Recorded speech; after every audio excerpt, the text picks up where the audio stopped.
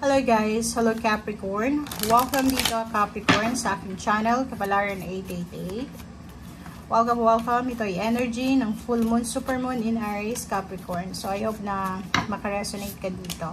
Wow, wars and battles. Ang wars and battles na to, posibleng sa full moon na to, yung mga inner battles, wars, quarrels, or misunderstandings, competition, ay posibleng yun yung focus mo. Okay? Etong barahang to is nakafocus siya, for example, sa family. Like mga away sa pamilya, tahanan, trabaho, kaibigan, kapitbahay. Siguro ang nakikita ko sure dito, Capricorn, masyadong toxic. Yung toxicity sa paligid mo eh. Parang nakikita ko na hindi ka masyadong masaya sa mga nakapaligid sa'yo. Or posibleng napapaligiran ka ng mga tao na hindi ka tanggap. Or pwedeng napapaligiran ka ng mga taong toxic sa pakiramdam mo. So, pwedeng, etong wars and battles na to, siya yung dahilan, like yung mga tao sa paligid mo, like either ka misunderstanding, kaaway, siya yung dahilan para mag-move out ka. Pwedeng lumipat ka ng bahay, maghanap ka ng bagong roommate kung nagre-rent ka lang, or pwedeng yung iba sa inyo dyan is babalik sa dati nilang tahanan, magre-renovate ng lugar or ng bahay, or kung ano man to regarding family or parents, kailangan mong bigyan ng solusyon ito. Okay? So yun, parang sinasabi na yung mga Capricorn ditong matagal nang namumroblema sa ganyang klaseng sitwasyon, ay posibleng magkakaroon na ng resolution sa ngayong full moon, super moon na to. Yun yung focus mo, diba? Goddess. So, honor your divine energy, see your inner beauty, love every part of you, diba? So, kung siguro matagal mo nang tinitake for granted yung, kasi minsan, diba, sa pakikisama, tinitake granted mo yung karapatan mo, lalo na sa mga in-laws, kung may asawa ka na or may live-in partner, minsan, sa mga paligid mo or paligid ng mga tao, maraming mga humahadlang or mga nakikialam. So, since mahal mo yung isang tao na yun na parte ng pamilya nila, siguro ang ginagawa mo, deadma lang, pero siguro umabot na sa point na hindi mo na kaya, Capricorn. So, nakikita natin dito na gagawan mo na ng solusyon, ng resolution, ng sagot, yung matagal mo ng stress sa buhay.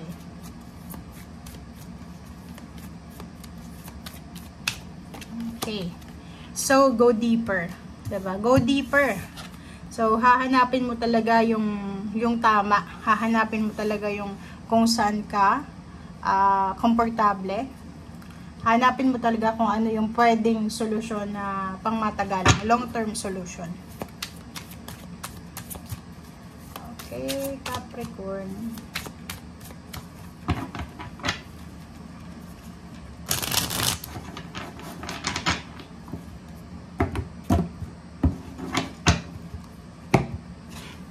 Okay, first card, Hierophant. Wow! So, ang Hierophant na to is partnership. Okay? So, siguro mayroon kang mga partnership na kini-question mo minsan kasi pwedeng in a relationship ka or may kapamilya ka pero hindi mo maramdaman yung presence nila. Parang ganun.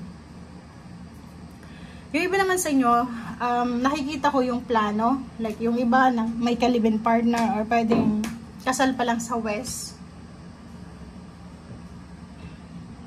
Gusto nyo siguro magpakasal sa pare. Parang ganon. Or may nakikita tayo ditong from small lang na plano. Tas parang mag-execute siya sa mas malaki or mas mabilis na execution ng plano. Parang ganon. So may mga partnership dito, collaboration, alliances, parang ganyan. So, mag-iingat ka kasi parang nakikita ko pinagkakampihan ka.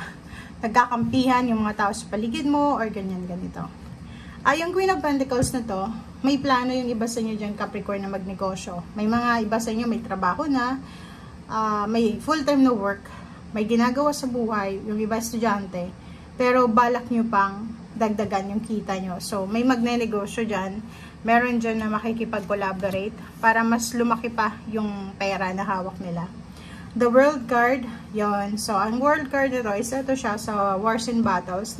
Yun nga, posibleng buo na yung loob mo. Buo na yung decision mo na ito yung gagawin mo. Lilipat ka ng bahay or lilipat ka ng, or magbabago ka ng mindset or kung ano man tong pagbabago. Lalo doon sa mga Capricorn na hindi makatulog sa gabi sa sobrang pag-iisip na sobrang negative na yan. Ang dami niyong what if.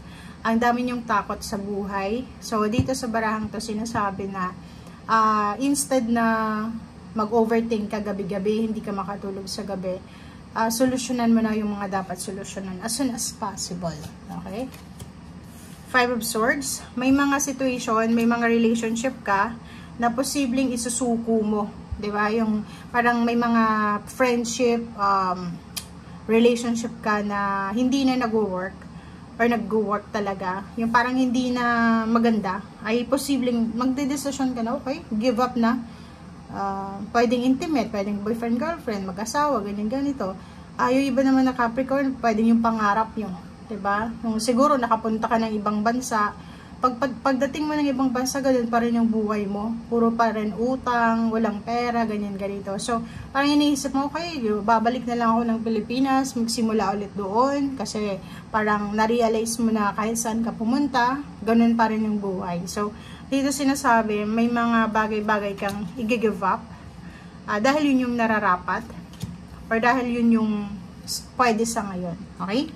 Temperance and the Empress. Nakikita ko sa'yo dito na may mga pakiramdam kayo na masyadong impatient yung pakiramdam nyo eh. Parang hirap kayong maghintay. Hirap, parang ang nakikita natin dito sa Capricorn, hirap sila na hintayin kung ano talaga yung right timing. Ganun. So, Empress, may iba na gustong mabuntis, yung iba na gustong magsimula ng ganito, ganyan, negosyo, mag-aral, magtrabaho, atat na kayo. Diba? Yung parang gano'n. May mga estudyante na gustong-gusto nang makagraduate, ganyan. May gustong magpakasal na, or pwedeng naghahanda pa lang para sa kasal, tapos nawawala na ng pasensya. So, comment down below if you resonated. And yung health issue din, like for example, kung may mga health issues sa family, nagiging impatient na. Okay? Nagiging impatient na, natatagalan na sa development or sa progress or sa healing. Okay? Comment down below. And sa ilalim niya is Ten of Cups. So, ang kailangan mo daw bigyan ng focus ngayon is yung peace and harmony. Okay? Mas okay maging peaceful kaysa maging tama. Diba? Minsan, may mga bagay-bagay kang kailangan ipaglaban. May mga bagay-bagay kang dapat panindigan. Pero minsan, mas okay nang i-give up mo na lang. Okay? So, ito yung Five of Swords. Tapos yung Ten of Cups na sinasabi na prioritize your peace. Prioritize kung ano yung magbibigay ng kapayapaan sa puso mo. Yung makakatulog ka para hindi ka na masyadong nag-iisip. Okay? Thank you guys. Bye!